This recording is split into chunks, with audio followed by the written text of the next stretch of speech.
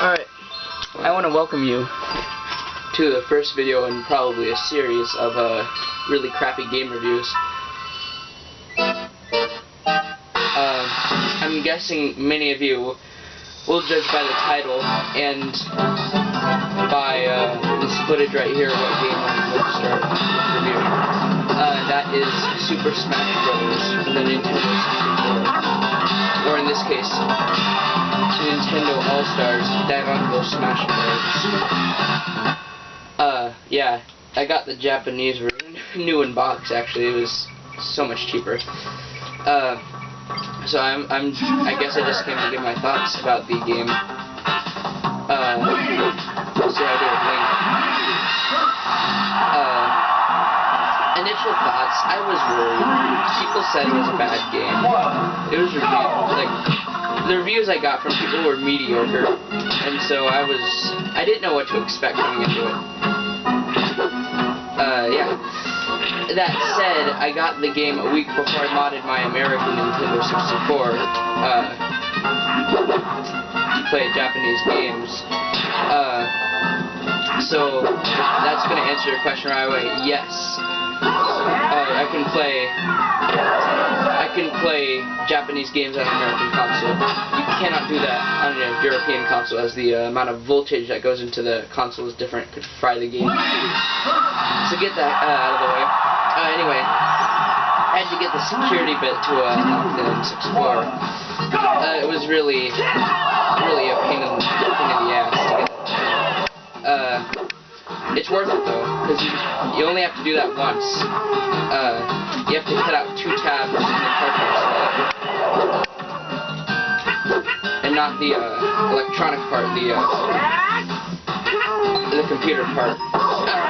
What am I saying? The computer part. I'm sorry. What I meant to say was the plastic part. Sorry, I'm just looking at my computer over there. It's been kind of an off day for me. So yeah, it was about a week before I actually got to play the game. In fact, I believe it was a week. And by then I was really nervous, like, oh, this is probably going to be a pretty bad game. I bought another controller, first-party controller, so that my friends, or at least one of my friends, could play with me at a time.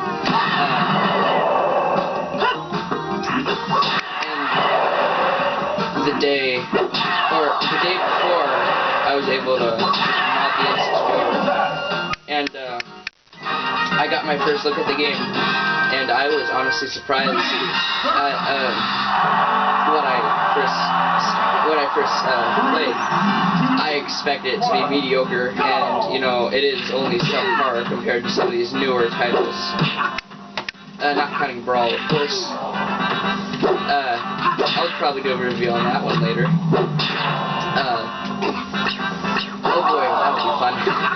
But anyway, I believe so far that this is my favorite Smash game. Many people would say, well, DuckOfTheStarz, why would you like this game over Melee or Smash 4? Honestly, I haven't gotten to really play Melee, so that could change in the future. I have been able to play it at our friend's house, but not super competitively. In Smash 4, Smash 4 is only, I guess, just as good as this game.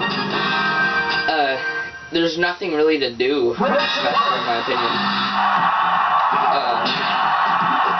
Yeah, I gotta say, with Smash 4, even Brawl can beat it in the amount of content it has.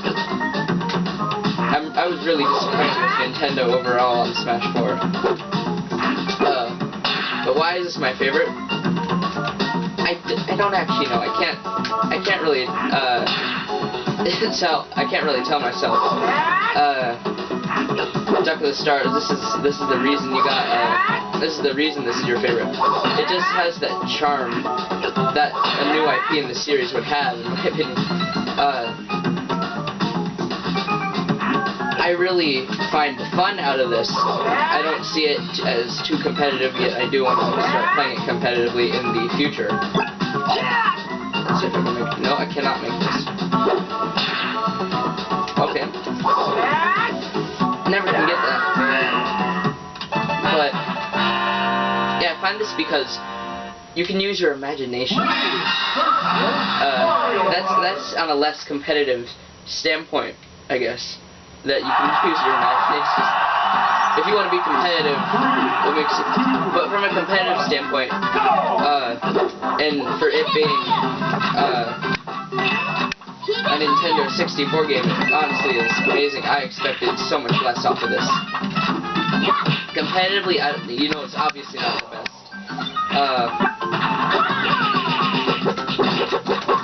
Obviously, that would go to Melee for its fast gameplay. This game, the gameplay on this it's different than anything I've honestly felt. Melee is super fast, Brawl is super slow. Well, this has slower gameplay. The mechanics are different as well. I don't know what's different about it. It just has that charm. I can't really explain it until you've played it. But so far, I would this is better. The single player, you know, it's not great. It's what I'm playing right now.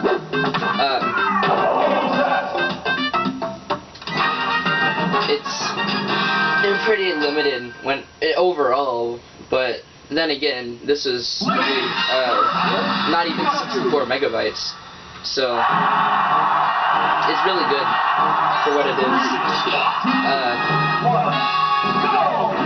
Which was a game that came out in 1999. It's been 17 years already.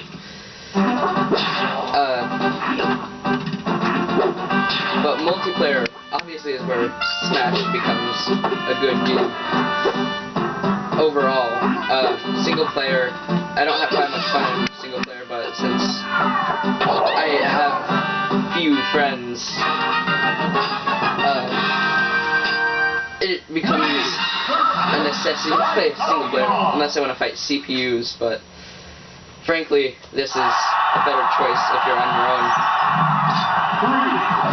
But yeah, multiplayer is very different. You know, it's what you'd expect. It's fighting each other. I don't really know what to say about multiplayer. It's pretty generic. You got Battle Royale in the Japanese version, or Free for All in the American version. You know, it all depends on which version you play. And team battle, you know, everything that's been in there. There's no coin battle. So if you find your joy off a coin battle, then this game is not for you. Again, pretty primitive. It's not the game I would go to first. But overall, it is a fantastic game and a good IP. It's not too chaotic. It's not the best competitive choice if you want to start playing Smash competitively. I recommend Smash 4 Melee. But yeah, overall, it's a really good game, and I would highly recommend it. So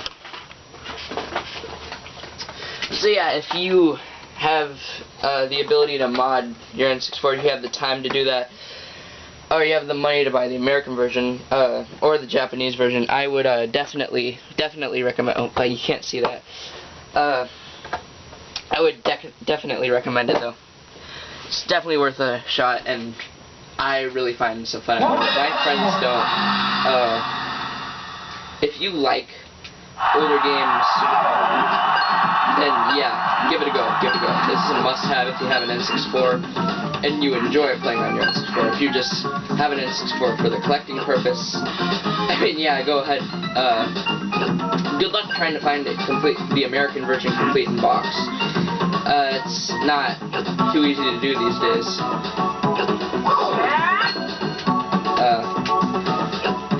Trust me, I looked. It's like $200 some, so you gotta have the money for that.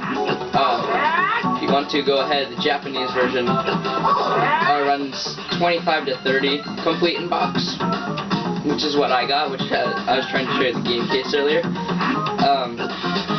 So yeah, if you want to take the cheaper route, if you're not in it for the hardcore collecting purposes, definitely try the Japanese version. Oop. Never good with those.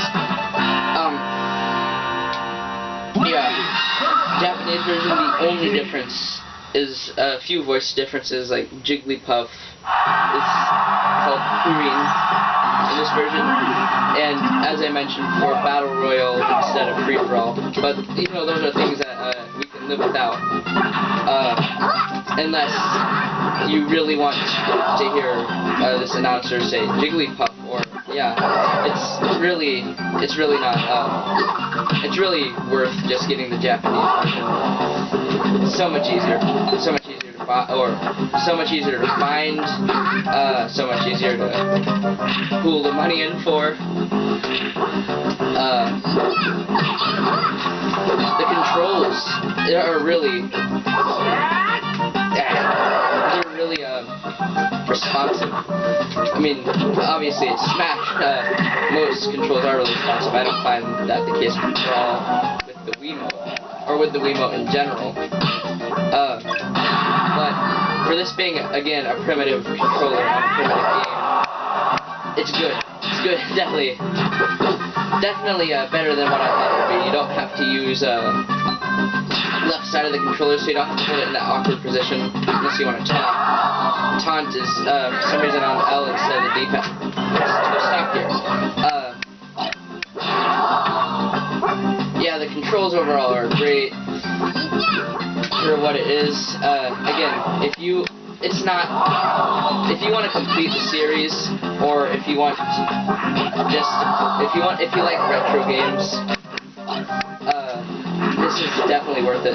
If you just have an N64 for maybe Super Mario 64, Banjo-Kazooie, you don't really want to spend the money to do it, then it's okay, you're not missing on much. You can find same experience in Melee and the other 3 installments.